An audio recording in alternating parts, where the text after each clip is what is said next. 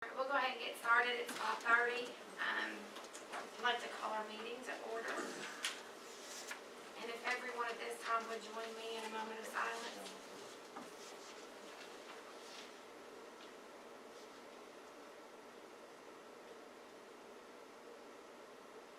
Thank you. Everyone will please stand and join me in the Pledge of Allegiance.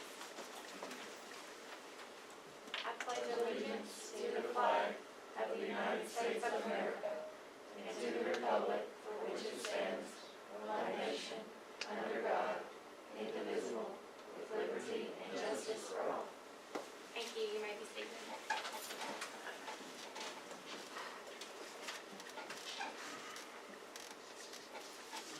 And we'll go down now to approving our agenda. I do have a couple of additions to our agenda. I'm going to make a motion to amend the agenda by adding item E to consider posting 2 instructional monitor positions for the 21-22 school year. Second by Mr. Jollar. All in favor of amending the agenda to add item E, please say aye. Aye. All opposed? I hear none. And I'll make a second motion to amend the agenda by adding item F, which is to consider revisiting the masking mandate at our November board meeting. I'll need a second. Second by Ms. Wells. All in favor of adding item F to the agenda, please say aye. Aye. All opposed? I hear none. Are there any other additions that we need to make to the agenda? If not, I need a motion to approve the amended agenda. I'll make a motion. A motion by Ms. Wells, second by Mr. Bowers. All in favor of approving the amended agenda, please say aye. Aye. All opposed? I hear none.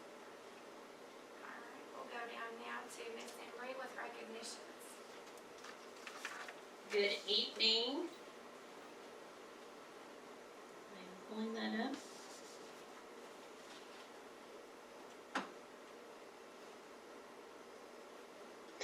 All right, good evening, board members.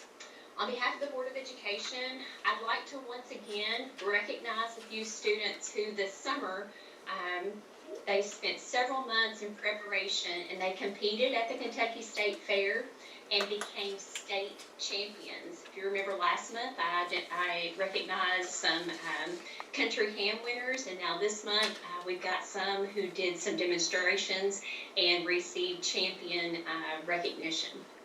So the Muhlenberg County 4-H had 8 youth that qualified for the Kentucky 4-H State Communications event by winning the county and area events.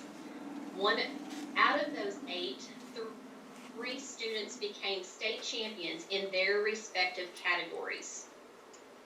Our first one I want to recognize is Madison Woodall. She received champion recognition in the Health for Senior division.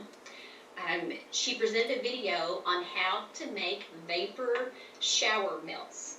Very interesting, very easy, and very cheap. I have that video if any of you all would like to view it. She is a sophomore at the high school, and she is the daughter of Kim and Mark Woodall of Greenville. The next one is Hudson Bruce. Hudson received state champion in the Family and Consumer Science Junior Division. He presented a video on how to pack a shoebox. Hudson is a 5th grade student at Longest Elementary, and he is the son of Amelia and Wade Bruce of Graham. This little guy, he was recognized last month. He come home with all kinds of awards. Trace Harper, he's a familiar face. He is the state champion winner of natural resources in the junior division, and he presented a video on Fishing 101. Trace is a 7th grade student at Muhlenberg South Middle, and he is the son of Crystal and Travis Harper of Belton. These 3 students have been invited to the Kentucky 4-H Volunteer Conference in Lexington in February to share their demonstrations once again because they received state championship recognition. That is all that I have for tonight. Congratulations to these 3 students and for the accomplishments, their demonstrations. So thank you. Thank you. Congratulations to our students, we're proud of you. Thank you, Carla. All right, we'll move down now to our treasurer's report, Mr. Lutzinger. Alright. There we go. Thank you, Chairman and Director, board members. Tonight I'll bring you the financials as of September 30th, 2021. Revenues. This one I want to focus on a little bit because our total beginning balance is $25.4 million and our revenues show 9.962 revenues. The beginning balance is down by 2.3 million. However, monthly receipts are up 3.2 million from last month. When I compare the raw numbers, it's really up about 7 million. However, KDE gave our federal cash request. They accidentally paid us twice, so to the tune of 3.89 million. Did you put a Band-Aid on it? Oh, you kept it? I gave it back Oh. very swiftly. So there's an overpayment of 3.89 million. Now it's up. When I take that out, it's up about 463,000 from the same period last year. So it is a better receipts. Our SEEK is unchanged, excuse me. Federal is up 3.2 million because we did get to submit a significant amount in ESSER funds this time. Now that the assurances have been, everything's been approved by KDE. There's one that I still got about $150,000 that's in limbo that we're waiting on KDE approval to approve all of our plans in place that we've got. And then once they do that, we'll get those funds. So I'm optimistic about it. So it really, I feel like we're doing quite well in our revenue area. So our state revenue is down 217,000. However, our taxes are up by 33,000. Other is up 34,000. Food service is up 33,000. Daycare is up 78,000. So for a total of 35.377 million.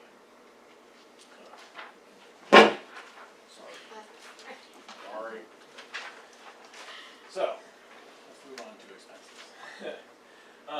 So expenses this month, accounts payable, you'll see that there's 5.39 million. Well, that includes that $3.89 million check.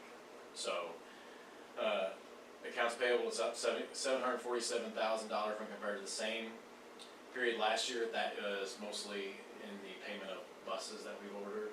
So, those were paid with ESSER funds. The significant bills in September were 3.89 million to KDE, 767,000 to Bluegrass International, and 82,000 to Tommy Middleton for the floor at the high school. Payroll is up 661,000 versus September of 2020. That's COVID payments that we voted on the previous months. So the breakdown of those funds: utility expense approximately 118,000, fixed and mixed expenses 4.96 million, which is really 3.8 million less than that. Variable expenses are about 375,000. The further breakdown: total accounts payable 5.4. General fund was 4.5 million. Fund 2 and school activity funds are about 860,000. Debt service was $650. That's just a service fee payment that we have to on all of our bonds. They have those on occasion. Food service and daycare is about 69,000, and onto the ledger balance. The ledger balance at the end of the month is about 26.7 million. Bank balance 23.2. Outstanding checks 4.5 million, and which leaves the cash balance about 18.7 million. Further breakdown: general fund is about 17 million. Special revenue, it's still in the negative, however, significantly less, because those are, again, those, we get reimbursed for those, so any expenses that we have in Fund 2 will show up as a negative. Construction is unchanged, debt service at $650, food service down $22,000 from the previous month, and daycare up $62,000. Extended financial picture, we're gonna look at cash flow through February of 2022. We expect to have about $32 million in February of 22. I will say that one thing I did plug in is about $6.4 million for the TVA revenue. It was higher than that last year. However, you know, they did take down some structures, so I don't know how that's going to affect it. I know it's going to be higher than the 4.4 million, but I fully expect it to be less than the 7.3. Also, Robbie and I are setting up another meeting with them with a lot of the same folks that we've talked to before, just trying to get, again, we're always interested in the timeline on what they expect to see and where they expect to see our revenue go to. How long will that take? You know, how long will that drop be? What will the addition of the additional gas plant out there do to us? And we continue to fight on how they allocate those funds, where they say how much of it is those buckets that I've talked about in the past. We are continually fighting for them to classify whatever's being built out there into the buckets that benefit us the most. So we always, every conversation that Robbie and I have with them is focused around how much is it going to drop, how long, and what's going to happen when they build the new things there, and how can we get it to benefit the Muhlenberg County.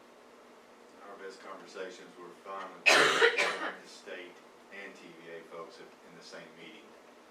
And so that's what we're trying to set up again, just that way we're all talking the same talk instead of. And it's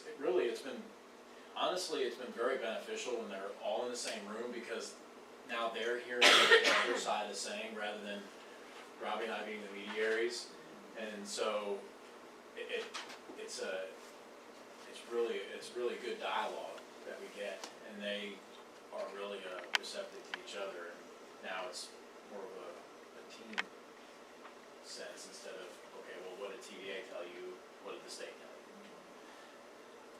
So, any questions? Any questions? If not, I need a motion to approve. I'll make a motion to approve. I have a motion by Ms. Wells, second by Mr. Joe Harper. All in favor of approving the treasurer's report, please say aye. Aye. All opposed? I hear none. And we'll move down to payment of bills and salaries. All right. Thank you again, Chair Rager, board members.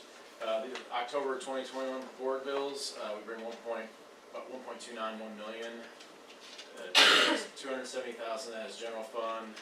Fund 2 is 156,000. Debt service is about 864,000 approximately, and food service daycare about $709. With the debt service, as you all, if you recall, about 300,000 in payments rolled off at the end of last year, and 2 more years, about another 800,000. And obviously the significant payment for this month is the old National Wealth Management debt service. Any questions? If not, I need a motion to approve payment of bills and salaries. I have a motion by Ms. Barr, and I'll second. All in favor of paying bills and salaries, please say aye. Aye. All opposed? I hear none. Thank you. Moving down now to public participation. No one signed in. Alright, so we'll move down now to our administrative report, and the superintendent report with Mr. Davis. Thank you, Chairman Rager, board members. First, Stephanie, we want to, on behalf of the district, offer our condolences for the passing of your father-in-law. It was a tough day for you to be here. Tough day for Muhlenberg County in general, for our school district. We had to funeral today of Kim House, one of our teachers, fantastic teacher.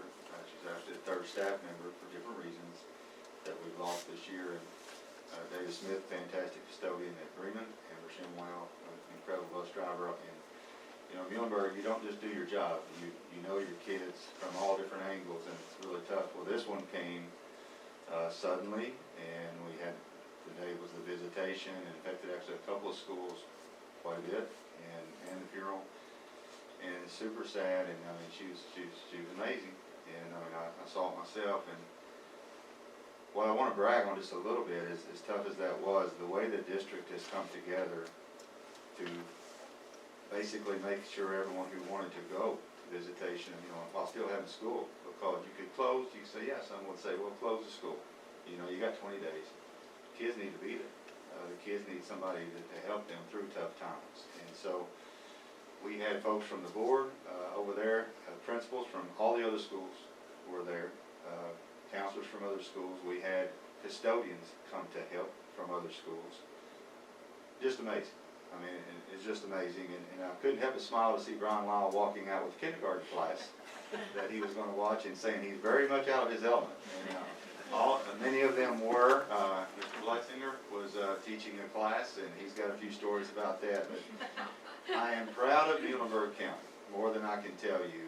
Don't believe some of the things you may see on Facebook. I could really get into that, but you can't. You just can't.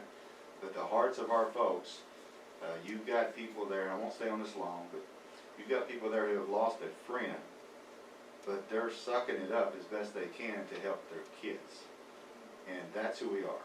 So just keep that in mind when you may hear anything other than that. Tough day, but really just so proud of our folks here at Muhlenberg. Just an amazing group. And I have to apologize to Scott Newell, because he has to follow that. But Scott, I am going to turn it over to you on that. It has been a tough day, and our folks will get through it, but we lost a good one. And her husband was just kind of part of my family kind of deal, you know, kind of extended family. So it's been a tough day, but we will persevere. And I will say 38 straight days in school, if I've done my math correct, and that's a lot more days probably as we were into February, you know, last year. So I'll talk about some better things down the road, but I do want to brag on our folks and acknowledge that we have lost a good one. And I've asked Scott to come and talk a little bit about where we are with the cafeteria, because quite honest, and Scott knows, I've been frustrated. And texting him some, and people are asking me, we're not seeing the movement I want to see. And you guys, I don't know if you've got to see the pictures down here, or if you can show any of that. I don't know where to do that. I've got them up. Okay, they're up here, great. But Scott, kind of tell us where we are with this, please. I appreciate you driving down for this. No problem. Accept our condolences. I know it's been a rough time for you all. But I'll try to lead into something a little more positive. Well, if I can, just to give you a step of where we are, we have been waiting for such a long time on housing, building, and construction in Frankfurt to approve the plans for construction. They have been extremely backed up. I know last month I reported that we hadn't heard anything yet, that it was in progress. Well, this week, actually, Tuesday, we received the final plan approval for construction. So the good news is that the advertisement for bids can be published in next week's newspaper on Wednesday. Right now we are scheduled to hold the bid opening. We're getting really close to, with the model procurement code, we have to advertise a minimum of 21 days because of the cost of the project. So it gets us really close to Thanksgiving, but we would be opening bids on the 23rd of November. And backing that up, because it is a renovation and an addition, we are scheduling a pre-bid conference for those interested in bidding on the project on Wednesday, November 17th at 4 p.m. So that way the kids will be out of school, or except for those that are after-school programs, because the contractors will want to take a good look above ceilings, whatever they need to do to really sharpen their pencil on the bids. And then, of course, the bid opening on the 23rd, and Tuesday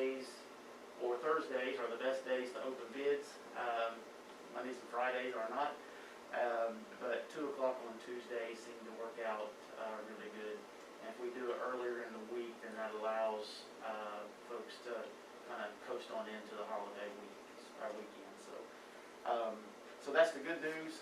We did bring some boards. Mr. Davis had asked that, and I know it's been frustrating waiting for the approval so we can, a lot of the stuff's out of our control, but what we did do is we re-rendered everything to a more polished look on the way that we perceive the project to look. And so we've kind of brought those out. The electronic images you all are free to use at your discretion. And we brought boards printed so you all could put up, or Donna could put up in the school out there as she sees fit. But this picture here is what we were talking about early on. Joe, we all went around and looked at several different kitchens to identify this food court style. This is kind of what it looks like, or what we're thinking it would look like. You just have many grab and goes. There'll be different entrees, things to make sure that all the kids have something to eat. If you got picky eaters or allergies or what, it just gives them a way to do that. Changes the way that the food is prepped in schools, but the high school and middle schools are definitely moving towards this direction. And then the other images, like this image here, is what you would see as you're walking into the new kitchen area. We've put in some LVT flooring that's kind of maintenance free once it's installed. Big screen TVs, that way you could keep the students informed. Lunch menu screens. This is a look. This is the view looking back from like the tech wing. So a lot of those walls will be taken down. The handicap ramp comes back to that side to get in because that puts the ramp closer to the FMD suites and stuff around the corner in the new tech edition.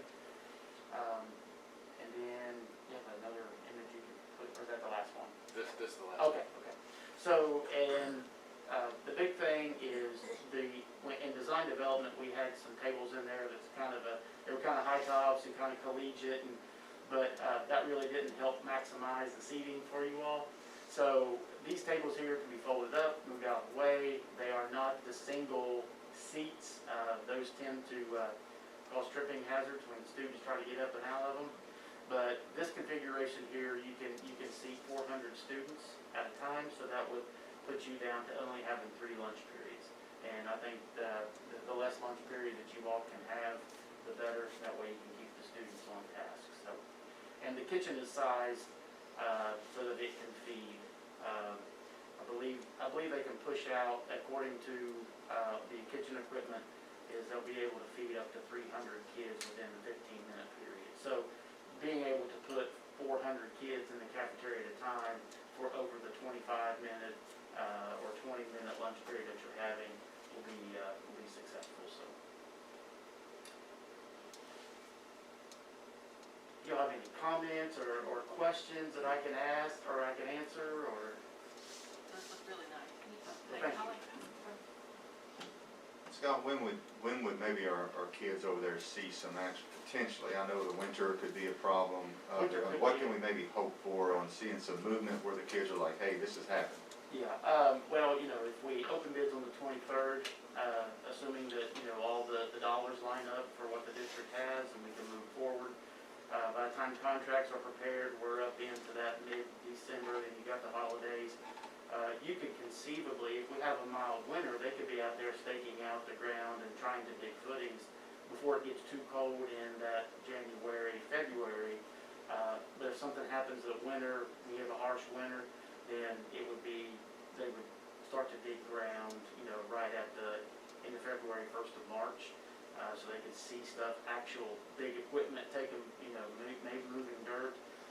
It doesn't mean that they can't be inside doing some renovations at the same time too, because if we can work around and maybe do a little bit of small work inside the cafeteria area while still trying to feed them, that's one thing. But I'd say the bulk of the work will need to come as weather permits.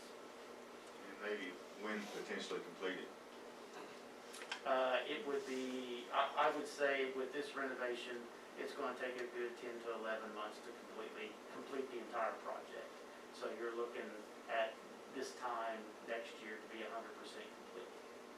In the meantime, they'll be able to work through it, eat in there and all Yeah, that? the way that we have it scheduled right now is the kitchen really needs to be, the new kitchen needs to be the first thing that's constructed.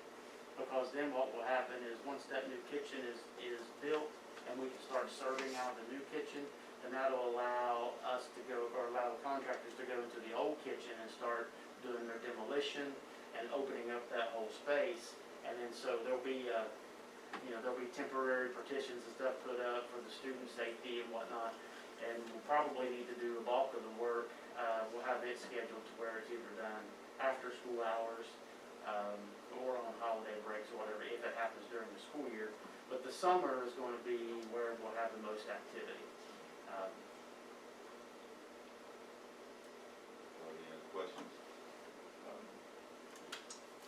Okay, Scott, and just, again, just continue to keep us, if you will, updated. I can push this out to, I know they get questions from the community every time I walk in the high school, Eric walks in the high school, that's one of the first things that's asked. And Yeah. I appreciate you driving down. We'll let you go ahead and head out, beat that powderly traffic, Yeah. and we'll move on. So thank you, Scott. No problem. All right, thank you all very much. Scott. Thanks for bringing that. Oh, no problem. Let me know if you need anything. Thanks.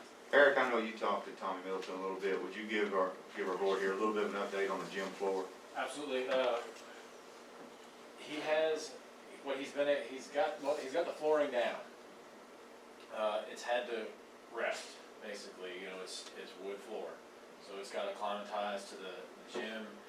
Even when it's in bundles and they left it in there for that amount of time, it's still, when they break them out, it's still got to be acclimatized. Now, they've got sanding to do, so they've got all their sanders out there right now. And once they're done sanding, then they'll move into the staining and varnishing and laying those things out. So communication has been about 3 weeks. So we're not too far off, really. 2 to 3 weeks. I think it's probably, I'm gonna say more than the 3 week range, but it looks fantastic. I don't know if any of you have been out there, even just you just appreciate just wood. It's beautiful. So that's where we're at. I hope we win the first game. Yeah, me too. Okay, thank you, Eric. Obviously, you're well aware of the strategic plan that we're kind of getting rolling out. We just had a work session on that, and we'll be getting some committees together. Still probably a month or so away from getting that rolling. Dr. Ashby is coming tomorrow to meet with our principals at Felix Martin Hall and kind of give them a little bit of an overview of the way they did you guys, and they'll be needing to get some folks together. Pretty excited about that. I think, like you said, Susan, it kind of reminds you back of the vision, some getting folks together and all. So, yeah, we think that's going to be a good thing. Test to Stay is just getting rolling. There's been a little bit of an issue with them getting some folks hired, some logistical stuff. I don't have a lot of an update on that for you, but I'll get that to you, and certainly next time I'll have more. Remember, the folks who cannot be part of Test to Stay are the ones who are in a household, because we are seeing that often you become positive from that. And if you have any symptoms at all, you're still not. We continue to ask folks if there are any symptoms, just keep your kids at home and play it safe. And that's kind of opposite of what we've done in the past a little bit, even with staff. He's like, come on in, tough it out. That's the way we were taught. But now we're, be smart. And if you don't know, then just, and we're doing some things right because our numbers show that. And I'll go over the numbers later with the added agenda item. I'm not going to hit that here in this part. We'll talk about that, but I do have those. And you'll be hearing more next time, probably about terrace metrics. I think Julie is going to be meeting with a rep from them very soon. Obviously, we've been pretty tied up with other things, but this is mental health. This is screenings. We're really excited about getting this going too. So we'll be talking probably more next time about that, again, because mental health is still a huge issue with our kids. So just know that that's coming.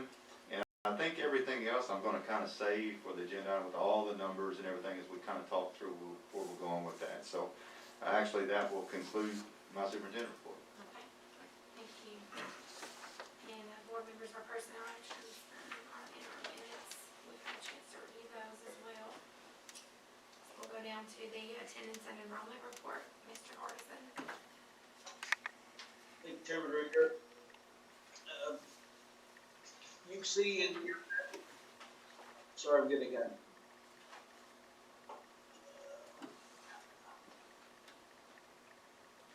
in your package, you have the month 1 and month 2 reports. Look at the enrollment numbers there, and you will see where each school stands. That'd be interesting to you. The first month attendance rates was a little bit higher than the second month attendance rates. We did see our COVID numbers spike a little bit before fall break, and so that.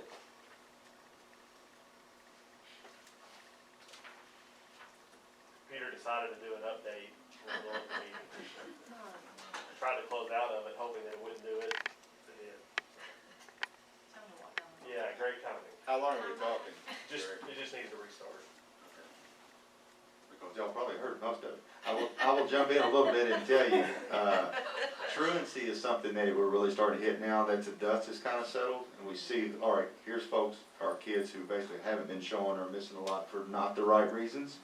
And so there's home visits going on, and that's one thing we're really gonna hit tomorrow with the principals is give us these names, and we're gonna try to start making sure, you know, kids that are there, kids need to be there, are there, and we still have some holes. So that's part of the attendance issues. I saw an article on the one store paper, I think it was this past week, that had some stuff It's about login trying to and reach out to the kids that are unreachable. You can switch Yeah. that. Things like that, so It's I a didn't get a chance to read the entire. very common problem with all districts now. Some have kind of got, for the wrong reasons, kind of comfortable with being home, and What percentage? it's not a great percentage, and I don't know what it is. I mean, it's not, but it's enough. It's too much. Yeah, I mean, it's enough to where it's, you know, Can okay. we say 100 kids? I don't want to say that. I don't know that number. Brent will know that if he comes back. and he may just tell you to walk in. He's in his office. Jared, if he wants to just walk in, he can come and tell us. If he wants to finish that. When you live with my former students, I'm coming for you, and you're going back to school.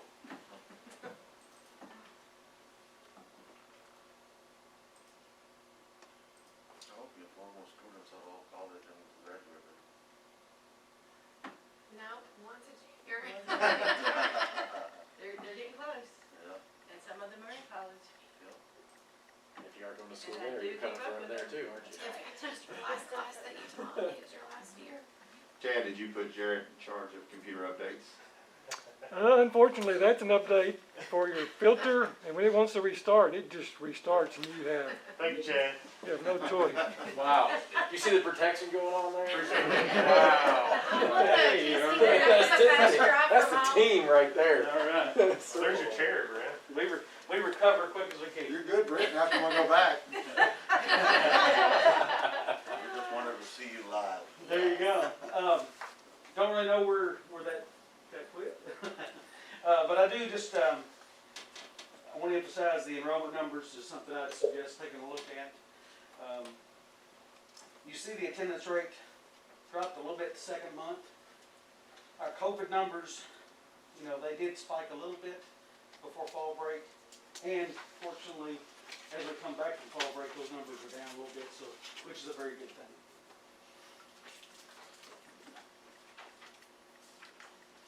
And, you guys have any questions?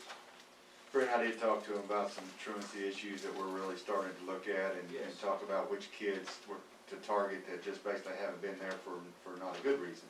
And, you know, some home visits, a lot of that's going phone calls, trying to chip away at that. And Rajiv asked about the numbers of those, and I didn't know the number exactly. Rough number, like is it 100? As far as, 100 kids? I'll be honest with you, it's a bigger problem than that. But it's a big effort going on out there. It's not just me. It's each school administrative staff. We're all working on it. And there's conversations every day. So we're chipping away at it. But with COVID, it's a bigger issue.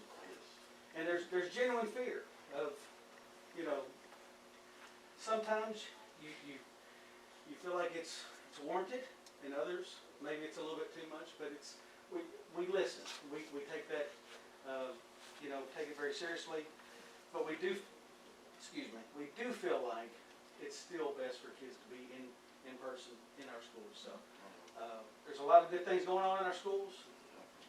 What you missed on there is too, I've told Mr. Davis, and I've thanked him, as a parent, I'm seeing, from the athletic side, that, kids are out there enjoying their sports, enjoying the experience. We're still providing that, and it's been a blessing. I think it's been a blessing for our community. It's been a blessing for these kids to get an experience. So, thank you guys, and we hope we can get back to fully normal with maybe out these and keep moving on. Are you getting some response when you do the home visits, or is that generating any of those kids coming back, or? Not always. Sometimes they're pretty firm, and sometimes it drives them toward a homeschool option. So it's. They're basically, they're not doing anything. In some cases they're not, in some cases we do get movement, so it's a struggle. And Mr. Davis and I have talked about different strategies, and we're gonna continue to do that, and the goal is to see our enrollment climb back up there. But, in a way, it's not as far off in this COVID time that it possibly could be, but I'd like to see that number back up there. Back in our, I still remember the day we were up above 5,000, so I'd love to see us get back there. Yeah, not just the enrollment you want up, you want the percentage, those kids coming to school, it's 4,000 instead of 5,000, you want them coming to school 96% of the time. Because that's where that's where they learn, not at home. And they've already had a tough year, so it's not a good year at all to be laying out even more. So that's the push more than ever. From a financial standpoint, though, we are in a spot where the state has already declared that we have the option to go with the 18, 19 numbers. And so that from a financial supportive standpoint, that's going to be, okay. Now, the important part of this is we want kids in class and, enjoying and They're gonna benefiting. lose pretty much 2 years. If they don't come back, they're gonna lose 2 years of study, roughly. I mean, each individual case is Last year and this year. 2 years of best quality, Yes. potentially. We're trying not to let that happen. But there are great things going on in our classrooms, and we just want as many kids to enjoy that as we can. All right. Thank you. Thank you.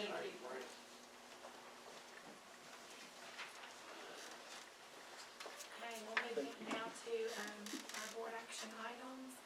Item A is to consider allowing the district to post the instructional assistant position on this elementary school.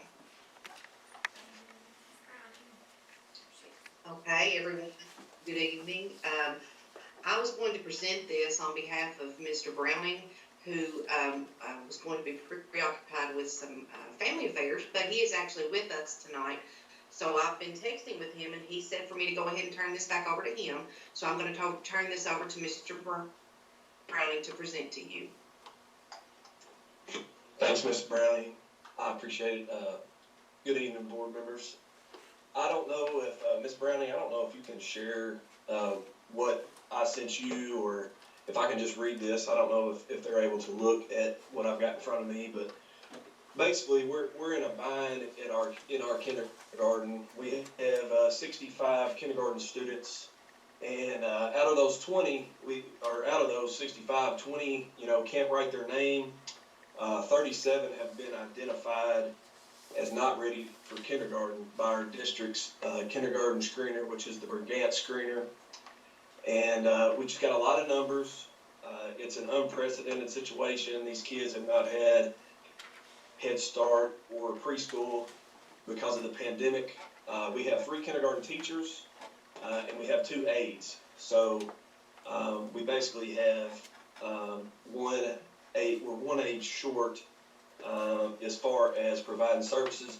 Our aides are super important because they're helping our youngest students, learn how to integrate into school.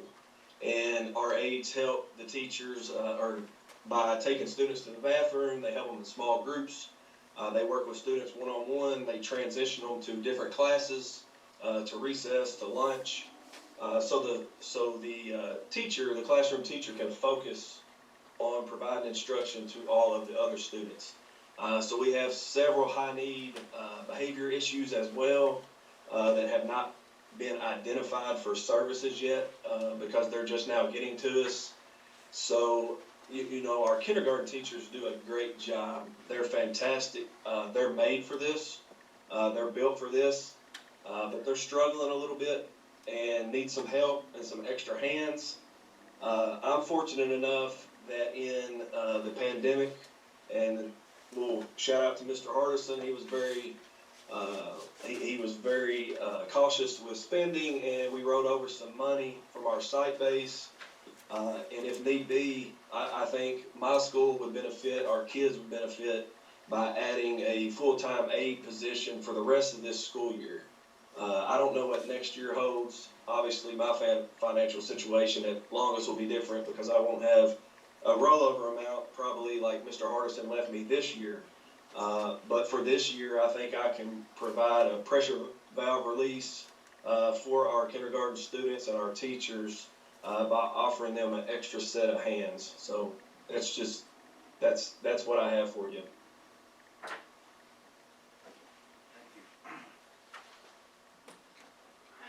Any questions?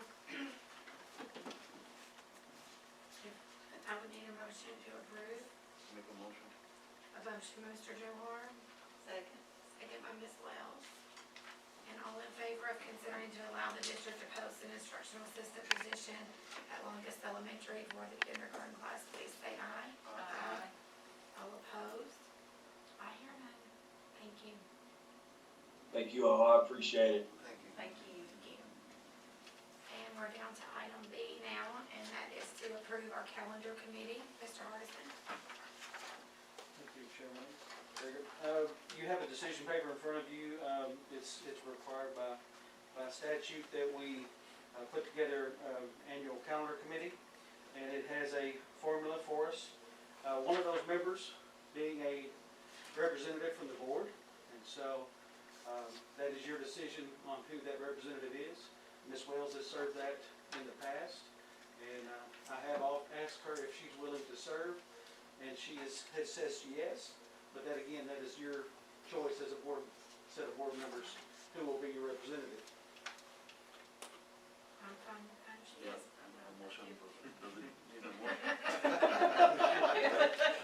We're pretty excited. Feel free. Go Susan. I have confidence in you, Susan. We like when things are already decided already. You're good with numbers. And same thing there, we had the principals select their representative, Mr. Wells. It was one of those deals where he was willing to represent others, and Wells is our pretty dependable. and we've had others that have been willing to represent these different areas. We did have a classified election among the schools, and classified workers selected Ms. K. Spear from South Elementary. But we do appreciate, we've got some community members on there willing to serve, and we do appreciate. The ultimate part of this is giving voice to the different perspectives in our district, stakeholders and employees. But ultimately, it'll be your decision on what our calendar is. We're gonna do some of the work for you, give you some options, and then you'll choose that in the future. So tonight's, the only action we need to do tonight is to approve the members on the committee. I make a motion to approve the calendar committee members. Second. I second by Ms. Wells. All in favor of approving consider approving 22 to 23 school district calendar committee, please say aye. Aye. All opposed? Thank you. I hear none. Thank you. Thank you, Susan. How do you feel? All right, and we'll move down now to item C, and that's to award bid for baseball and softball field reconditioning, drainage, and irrigation. Mr. Blitzen. So if you recall, we had a discussion, actually, Woodray, kind of brought some of the things to our attention, so we had some folks look at that. Jerry had some people come out and look at both of the fields, and so what we did is we had suggestions on what should be done. So the fields need to be reconditioned, and address the drainage issues, and I had them break out irrigation, just in the, as a breakout thing that we could do. So, what we'd like to do is have address these prior to the next season. It'd be $85,637 to do both fields, and that's without irrigation. If you put irrigation in, it's $114,000. So, that's what the option is up to you all, whether or not we do that, or we can approve the without irrigation and then table and look at irrigation. But know that it is easier to do the irrigation now than it is to go back. So, The irrigation needs to be done because the drainage is terrible on the field. And it's important to do both fields, and number one, it's the right thing, and number two, it's a Title IX thing. Yep. So, that's important to understand that it's really difficult, even if the baseball field was in much worse shape, if you spend a lot of money on that, you just have to balance that. But in this case, it definitely fits both, and I would encourage to consider the irrigation as well, get it done. Make a motion. A motion by Mr. Jelmar to do the irrigation, Yep. and I'll second. All in favor, of approving or awarding the bid for baseball, softball field reconditioning drainage with irrigation, in the amount of $114,337. Please say aye. Aye. All opposed? I hear none. Thank you. Go down to item D, to approve updated substitute pay for the fiscal year 22 salary schedule. Thank you again, Sharon Rager. Today was a lesson for Eric Blessinger in real world, in terms of with the substitute, because I was there for an hour. I can tell you right now that You don't want to. I would like to increase these right now. Well, like we discussed prior, but in all honesty, it really is a tough job. It is. And I have a What grade was it? third grade. Third grade? And I have a very new respect for elementary teachers. I haven't subbed in upper grades, but my goodness, You're probably like Arnold Schwarzenegger in kindergarten top. it's not the Puma. But in all honesty, I really, you don't pray for patience, because God will test you. And 1 hour today, I was really tested. So, it was great. I wouldn't trade it for the world, but I got a note from a kid that said, "Mr. B, you're cool." I was like, all right, I'll take it. So. That made you appreciate accounting. The numbers don't talk back, and they don't ask to go to the bathroom every 5 seconds.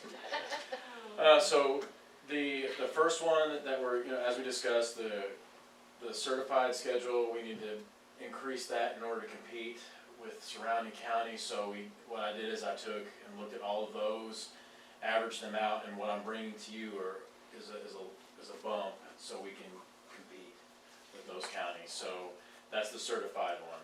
And then on the substitute side, we did the same thing. And so what we're asking is that we're gonna, all classified substitutes in their respective category, their pay is gonna be paid at the year one level.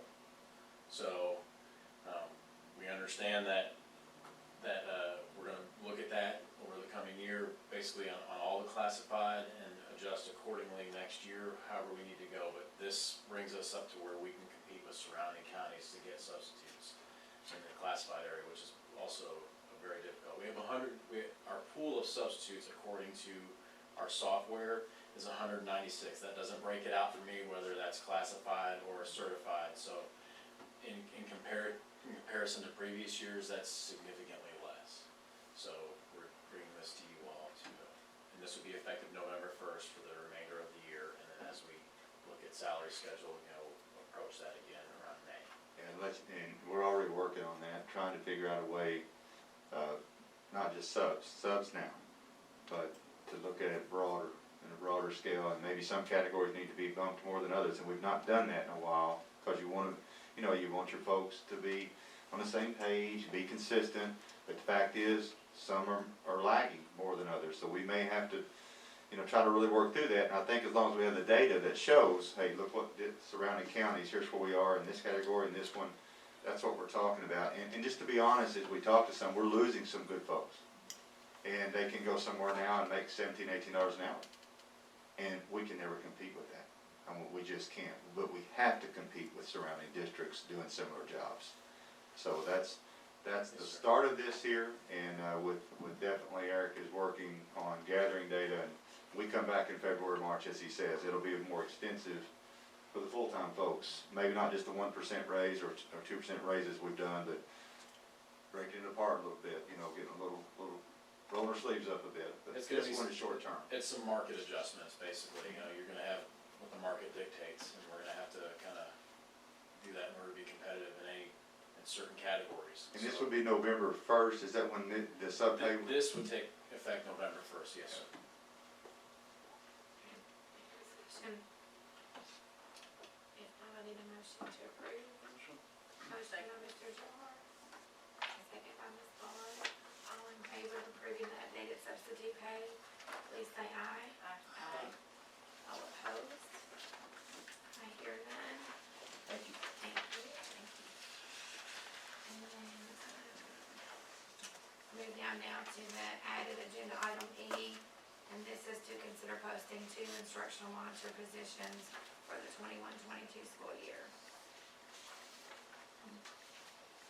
Hello, good evening, board members, and, can you all hear me? Yes. We can see you good. Okay, all right, fine, thank you.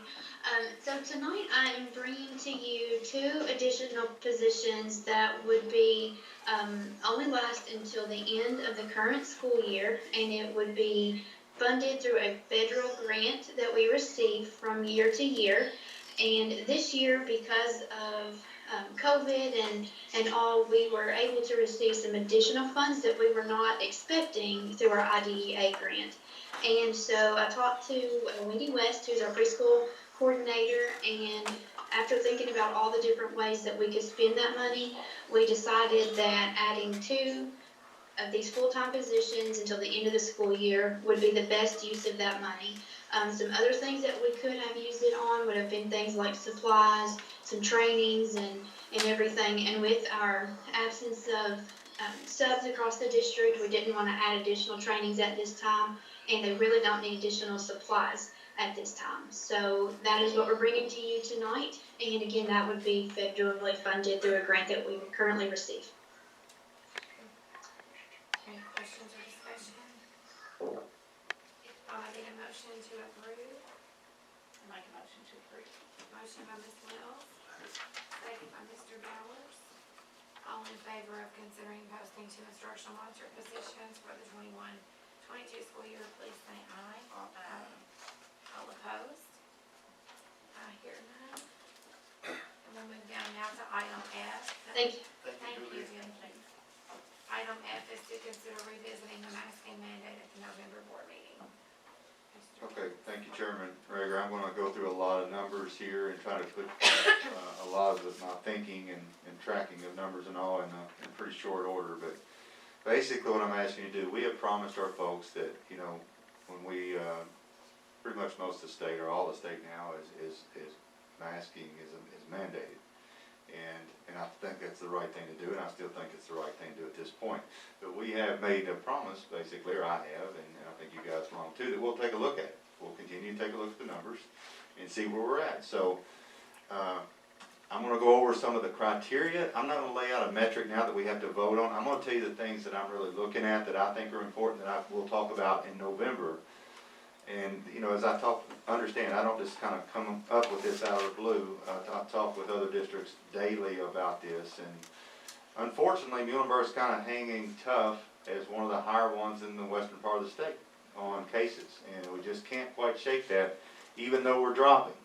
And we are moving in the right direction. There's a lot of districts that have been in the orange 1 or 2 weeks around us, and we still, even though we're slowly dropping, we're still staying in the red. So I'm going to give you some numbers first, and they're all rather promising compared to where we've been. This is as of today, and I thank Melody and Julie for getting me some of this, and some of it's off the state website. We have 37 students now who are positive, 163 who are in quarantine. We have 2 staff members who are positive, and we have 5 who are quarantined. We have been extremely fortunate. I don't think it's just being fortunate. I think we've done some right things, but with our staff all the way through. And so that's the lowest that's been, and it's right at the lowest we've been with students, but we're kind of hanging there. So we'll see where that goes. And test to stay will help keep some of those quarantines, you know, in school in a safe way. And we're not seeing a lot of our positives, our quarantine kids turn positive, but when they're in a household, we're definitely seeing it. So those are those numbers. The state positivity rate, I checked that before I came in here. That's down to 6.53%. That was over 14% 2 months ago. Tremendous drop. The whole state dropping gives me more confidence that if just one district was dropping, maybe there's some luck. Maybe they're not testing as much, but that's a large sample size. So being down to 6.53 is encouraging. The state incidence rate, now remember, positivity rate is out of all the tests given, how many of them are positive? So that's 6.53% of them. The incidence rate is out of every 100,000. That's the math. That's the red map that you were typically look at. That's out of every 100,000. How many cases do you have? So they're kind of measuring 2 different things. But the incidence rate in the state is down to 39.14. That was over 93 about, I don't know, 6 weeks or so ago. It's been dropping steadily for at least 2 months. Muhlenberg's incidence rate is 43.9, so we're a little higher than the state average. We were a lot higher, so we're, you know, kind of moving in the right direction. We also, on a 7-day rolling average, we have the lowest average now since August the 4th. So that's 2.5 months, you know, that we're moving down. All that's positive. All that is good news. But when we go back to what is the ultimate goal? The ultimate goal is not to get rid of the mask, although that's what I want to do. The ultimate goal is to keep our kids in school, and we've had 38 days of pretty darn good instruction, and it's going well. But I need people to know that we don't like them either, and we want to get away from it when we feel like we safely can. So, in talking with other districts, here are some of the things that I really want to look at, and when we come back in November, I'd like to say maybe we are at some of these things, and I could encourage something different. We'll see. But at orange for at least 2 weeks is something that I think is important. I think most districts, that is kind of a benchmark. What you don't want is to say, hey, when we're in orange, we are going to go optional masking, and then you bounce back to red. One district did that. They got down and into the orange for like a couple days, and then I don't know what happened, but then they're back around 45. So a couple of weeks with a downward trend, and again, I want you to know I've talked to Kathy Beth about all this today, and she is very much, that's very reasonable, and I think would back that. And if I'm going to go for a stronger request next time, or even not, we may bring Kathy in and have her just be a part of this conversation. She said she'd be glad to do that. So that's one. Now, the second one's hospital capacity. We wouldn't want to be where the hospital is absolutely full and we make a change that could add to that. I don't want to be in that position. Good news here. Talked to Ed Heath today. 1 week ago, we're full. Right now, we're not. He said it's much better. He didn't give me a number, said, but it's much better. So obviously they're seeing some of the trends that the state seems to be showing, even though Muhlenberg numbers, again, kind of hanging in there. Another thing I'd like to see, and I think we're close, is vaccination opportunities for kids 5 to 11 years old. And I think that gives parents another choice. Now, they may very well choose not to. You know, right now we're looking at a little over 30%, between 30 and 40% of our kids from 12 to 18 are vaccinated according to the website. I think I've sent you guys that link. And I would suspect that 5 to 11-year-olds may be lower than that, but regardless, that gives the parents that option. And Kathy says we're close on this. We may be within 2 or 3 weeks of this being a possibility. And the booster shots as well, just to let you know, I did ask about those. She said that those are very close with some criteria. That criteria, one would be 6 months out, likely. Well, the entire staff is now 6 months out, so there may be another round of that coming too. Now, I'm not saying that would figure in this. I'm just kind of giving you that information. Another big one would obviously be staffing, and you see that our staffing has gone well. You know, we're good there. What we don't want to do is unmask too quickly, where now we're adding quarantines and I don't have bus drivers, and I don't have, and Eric has to try to drive a bus, and that'd be even worse than in 3rd grade. We give you a new bus.